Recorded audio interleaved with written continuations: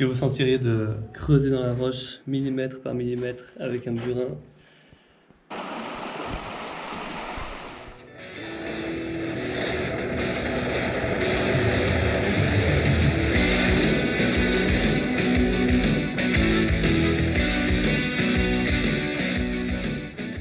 Explique à la caméra ce que c'est cette roche.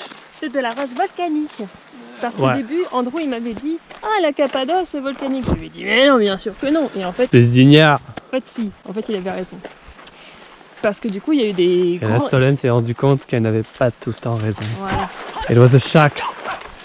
Alors du coup, les rochers. Donc, il y a eu des grands volcans dans la région il y a à peu près 60 millions d'années, si je me trompe pas. À peu près à la même période où il y avait les Alpes qui se formaient. Et du coup, ça a fait plein de fumée, d'explosions, de coulées de lave.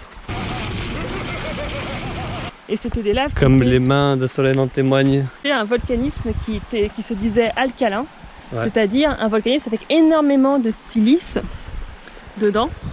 La silice, c'est quoi? C'est le sable, c'est le verre, c'est ça la silice. C'est ce qu'ils est utilisé dans les batteries, aussi. Dans les piles, d'où le nom des piles alcalines. Les piles Duracell sont vraiment différentes. Tout simplement parce qu'elles durent longtemps. Exactement, exactement. Tout à fait. Tout à fait. Tout à fait, André. Et oui, Jamy.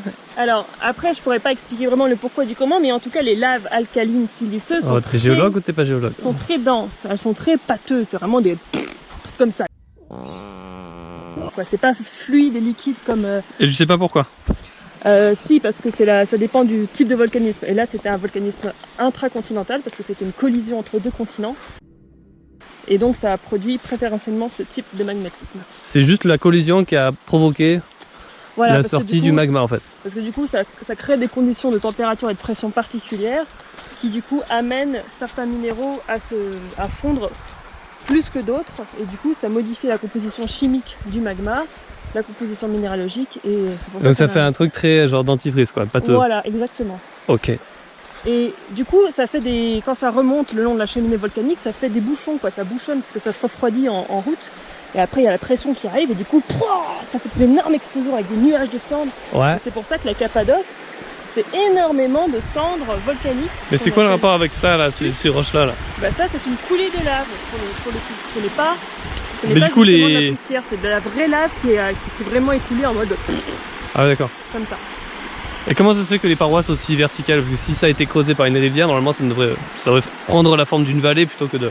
Bah ça, c'est parce que c'est la roche qui se clive naturellement et qui du coup en fait s'érode vraiment en se détachant. Ah, parce qu'elle se casse facilement. Voilà, d'accord. Ça rappelle un petit peu les prismes basaltiques qu'on a en Ardèche par exemple. C'est pareil, en Ardèche on a aussi, c'est pas le même type de roche, mais c'est aussi du volcanisme. Qu'est-ce que tu entends par prisme basaltique? Explique à notre public. Mais c'est genre les colonnes basaltiques qu'il y a en Ardèche, là, ça fait comme des espèces d'orgues. Oui, je vois. Oui, donc c'est les orgues en fait, c'est pas les prismes. Et bah voilà, c'est un peu le même principe, c'est du coup il y a de l'eau qui s'écoule et le truc il se clive. Il se casse. D'accord. Comme des icebergs en fait, comme de la glace. Ça fait des gros blocs comme ça.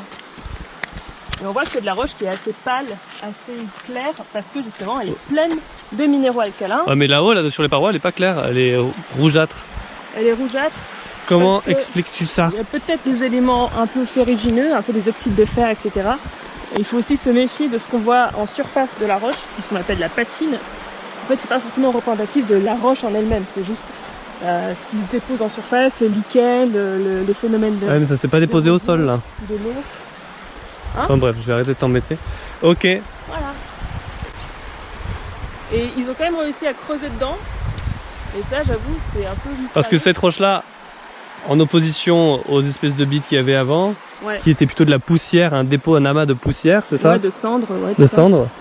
C'était du coup des roches tendres, ce qu'on voyait avant, c'est pour ça qu'ils creusaient beaucoup dedans. Mais ici, c'est censé être une roche beaucoup moins tendre et ils ont malgré tout réussi à creuser dedans, apparemment. Ouais.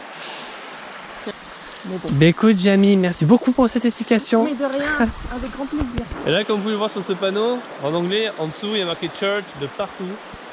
C'est pour vous dire le nombre d'églises qu'il y a dans cette vallée. Et là encore, je pense qu'elles y sont pas toutes. C'est un peuple de passionnés. Bon, alors là, on est sur une coulée a priori de lave. Comme on peut voir, la roche elle est vachement clivée, etc. On voit plein d'angles. Et pourtant, ils ont gravé. Donc est-ce que ça veut dire qu'ils ont gravé dans la roche? Dans la roche, dans la lave? Eh bien non. Parce qu'en fait, c'est encore descendre jusqu'à à peu près ce niveau-là. Du coup, on pourra pas très bien voir. Mais en Donc gros, il y a du magma qui s'est posé sur de la cendre. oui, bah, au début, il y a eu plein de cendres qui ont été éjectées, qui sont déposées. Et après, la coulée de lave est arrivée par-dessus en mode... Et cette roche, on va dire formée de cendre, on appelle ça du tuf. Voilà, donc ça c'est du tuf et c'est ce dans quoi ils ont fait la majorité des villes troglodytes. C'est ça le tuf.